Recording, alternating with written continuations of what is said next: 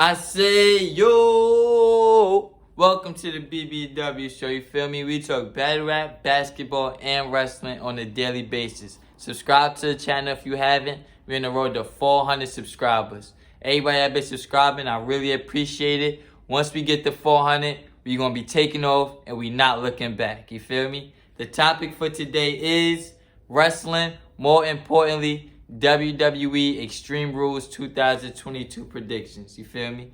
Extreme Rules is happening this Saturday. You feel me? It's not this Sunday. This Saturday from Philadelphia. You feel me? Now, it's no Universal title match on the show.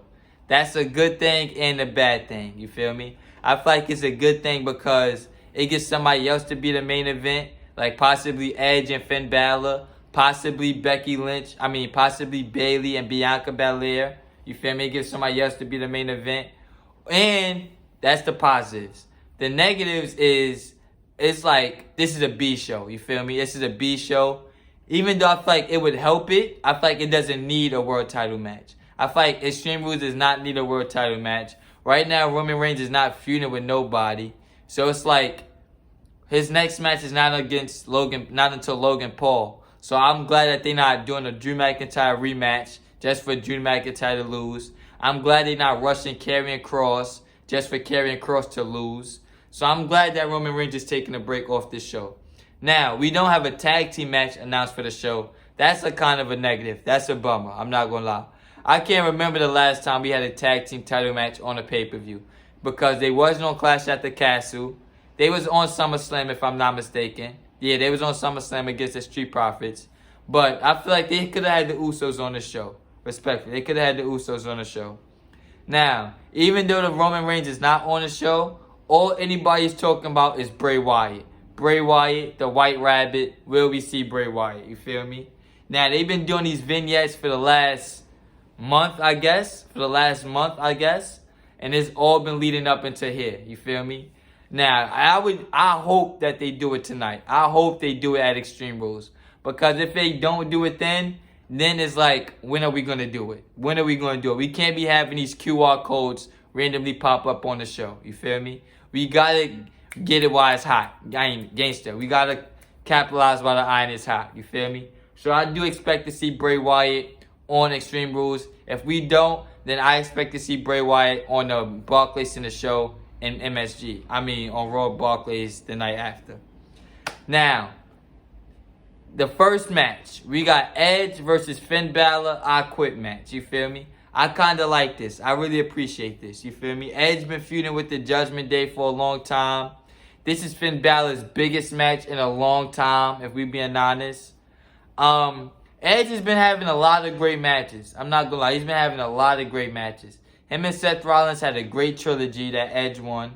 Him and Damian Priest had a very good match in Toronto a few weeks ago.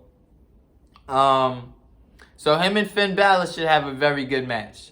It should be a very good match. Now, reports came out that Finn Balor is going to be getting a massive push in 2023 into 2022. You feel me? Which I can see. I can see Triple H pushing Finn Balor to the moon. I'm not going to lie. Finn Balor is one of Triple H's original kids. Just like Kevin Owens. It's his original kids. You feel me? And this is the first time we've seen heel Finn Balor on the main roster. I feel like Triple H definitely wants to make him a legit threat. You feel me? So I got Finn Balor winning this match. I'm not going to lie. I got Finn Balor winning this match. I know Edge been beating up the Judgment Day been beating up Edge for the last couple of weeks. Dominic turned on them. But I feel like Finn Balor needs this big win. Especially got this thing going with Finn Balor and AJ Styles. That's something I'm very interested in. I want to see that. I feel like Finn Balor needs credibility going into that match. You feel me? And then it's like if Edge loses, he doesn't lose nothing, bro. Edge doesn't lose nothing. He's just going to go away and then make another return. Edge made like 5 returns since he's been back. Gangster. So I feel like Edge is not going to hurt nothing by losing this match. I got Finn Balor winning. We got Bianca Belair versus Bayley in the ladder match. They've been feuding since SummerSlam when Bayley made her return. It's coming out that we getting War Games at Survivor Series this year. Obviously, we're going to have 2 War Games with the men and the women. Obviously, if we have a women's War Games, the women faction should be in it. And right now, that's Damage Control. If Damage Control is in it, I do not want to see Damage Control versus Bianca Belair, Alexa Bliss, and Asuka. I do not want to see that, respectfully. I do not want to see that in War Games. That's going to be 3 long months of the same 6 females fighting each other. I don't want to see that. I don't want to see that. If we get the War Games, if it has to be Damage Control in War Games, I want it to be Bianca Belair, Candice LeRae, Raquel Gonzalez, you feel me?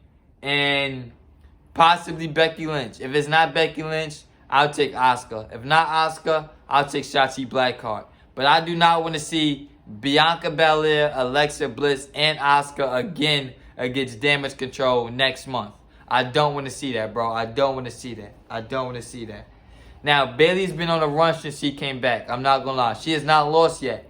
She's beaten Raquel Gonzalez on SmackDown. She beat Shotzi on SmackDown. She beat Aaliyah a few weeks ago. She won the 6-woman tag at Clash at the Castle. So Bayley's been undefeated since she made her return. I can see Bayley losing this. Even though it's not a pinfall or submission, I can see Bayley losing. I'm not going to lie. I can see Bayley losing. I got Bianca Belair winning, and it's a ladder match. First time ever women's one-on-one ladder match. I got Bianca Belair winning. You feel me? Staying on the women, we got Liv Morgan versus Ronda Rousey in Extreme Rules match. I'm not interested in this as much either. You feel me? They've been feuding since Money in the Bank when Liv Morgan cashed in. I feel like the crowd was way more into Liv Morgan when she wasn't the champion, as far as and then into way less now that she is the champion. I'm not gonna lie. I feel like the crowd reception to Liv Morgan has not been that good. They're not booing her, but they're not lighting the world on fire for Liv Morgan either. You feel me? And I appreciate WWE trying to take her more serious. They trying to be way more serious with Liv Morgan. She's not just coming out sticking out her tongue no more. She's like being hardcore and all of that. But I don't think it's working. I don't think it's working. And I'm tired of Ronda Rousey. I'm completely tired of Ronda Rousey. Like, I don't even want her on TV no more. I miss Charlotte Flair, respectfully. I miss seeing Charlotte Flair. So I feel like they got that in their back pocket too. It's like when Charlotte Flair comes back, who do you want to feud with? Liv Morgan? Where it's like they can have good matches and all of that, but nobody thinks Liv Morgan is going to beat Charlotte Flair. You feel me? Or do you have Charlotte Flair versus Ronda Rousey, where it's like people are going to cheer Charlotte Flair over Ronda Rousey? It's like, which one do you do? And then you can turn Ronda Rousey heel with Shayna Baszler. You can always do that. You feel me? But I'm not interested in this Liv Morgan Ronda Rousey feud. I don't care about it. Who I got winning? I got Ronda Rousey winning. I ain't gonna hold you. I got Ronda Rousey winning. Whatever happens from there, if she turns heel or not, you feel me? But I got Ronda Rousey winning. Just because she's signed until WrestleMania, and they got to still make their money back from her. You feel me? So I got Ronda Rousey winning. Drew McIntyre versus Karrion Kross in a strap match. I'm going with Drew McIntyre. I'm going with Drew McIntyre. I know this is Karrion Kross' first big match on the main roster, but I feel like he's not going to be hurt by this loss. You feel me? I feel like he's not going to be hurt by this loss. One, I feel like they're not doing Karrion Kross versus Roman Reigns anytime soon, so it's not like he needs this win. Two, I feel like Drew McIntyre just lost at Clash at the Castle, so you don't want him to have 2 back-to-back losses. You feel me? And I feel like they're going to have more than one match. You feel me? They're going to wrestle again after Extreme Rules. So then you could do 50-50 booking. You can have Drew McIntyre win this match, and then Karrion Kross win that crown jewel, or 50-50, whichever way you want to do it. But it's definitely not going to be a one-time and done. You feel me? They're going to continue to feud in after this pay-per-view. So I got Drew McIntyre winning. We got the Brawling Brutes versus Imperium in a 6-man Donnybrook. That's basically a 6-man Extreme Rules match. The night before this, we got Gunther versus Sheamus 2 on SmackDown. That's very surprising to me. I would have did the 6-man tag first and then had the IC title match on the pay-per-view. I don't know why they're doing the 6-man tag on the pay-per-view and then the IC title match on SmackDown. That's stupid. That's kind of stupid to me. Imperium is the newer group. It is the newer group. I can see Gunther is beating Sheamus for the title. He's beating him for the title. So then it's like, if he beats him for the title, then what do you do the next night? Do you have Imperium win again and just bury Brawling Brutes? Or do you have Brawling Brutes get a trios match over them, even though Sheamus just lost for the IC title? It's like, what do you do there? You feel me? That's why it's so stupid.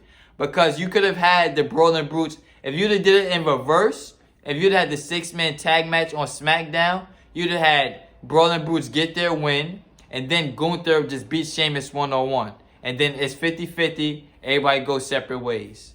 But now it's like, what are y'all gonna do? Like, what are they really gonna do? Are y'all gonna feud the Brawling Brutes with the Bloodline after this? After they lose? I don't know. But I'm going with Imperium. They're a much newer group. You feel me? They're a much newer group. I'm going with Imperium. And I don't know if this is going to be the last time they wrestle. We might get Sheamus versus Gunther 3. I'm not going to lie. We might get Sheamus versus Gunther 3. If we get Sheamus versus Gunther 3, Sheamus might have to win. I'm not going to lie. I don't want to see it, but he might have to win. You don't want to beat Sheamus 3 times back to Gunther. And then it's like, then what for Gunther? When you can have Gunther lose and possibly give us Roman Reigns versus Gunther at Royal Rumble, that's a big match. Roman Reigns versus Walter at Royal Rumble, I'm into that. I'm not going to lie. I'm excited for that. What's the next match? Oh, the final match. Seth Rollins versus Riddle in a fight pit with the special guest referee, Daniel Cormier. They've been feuding for a long time too, like the Karrion Kross and Drew McIntyre. I don't see this being the final feud. They had one match at SummerSlam with Seth Rollins winning. I expect Riddle to win Extreme Rules, and then I expect them to have another match at Crown Jewel in November. So I got Riddle winning this match. It's very predictable. If Seth Rollins beats Riddle in a fight pit, then Riddle should be fired. Riddle is buried, honestly. He won at SummerSlam. And then if Seth Rollins beats him again in a fight pit, which is basically just like a UFC ripoff match or a Lions Den match from 220 years ago, then Riddle should quit. Honestly, Riddle should quit. But this is going to be a good match. It's going to be entertaining, you feel me? I want Seth Rollins to turn babyface soon. I was about to say I expect him to. I don't know that, but I want him to. I want Seth Rollins to turn babyface soon, but he still got a few good matches that we can have, honestly. Seth Rollins versus Johnny Gargano is a good match. Seth Rollins versus... That might be it. It might just be Seth Rollins versus Johnny Gargano. But it's a lot of babyface matches he can have. Seth Rollins versus Theory. Seth Rollins versus Judgment Day. Seth Rollins versus Roman Reigns. You feel me? Seth Rollins versus Dexter Lumis, I guess. There's a lot of stuff Seth Rollins can do if he turns back babyface. I feel like we've been having this Seth Rollins heel turn for a long time, and now the crowd is really into him, and now's the time where you turn him back babyface. I'm not gonna lie. If Seth Rollins turns babyface in the next month or 2 months, people are really gonna be into him. They already like singing his song. They already like him as a person. So it's like they already like his work in the ring. You feel me? He already has the best matches every night. So I feel like within a month or 2, bro, we need to turn Seth Rollins back babyface. I ain't gonna lie. I think we need to do that, in my opinion. Let me know what you think in the comment section. Like, comment, share, subscribe. I'll be back with more.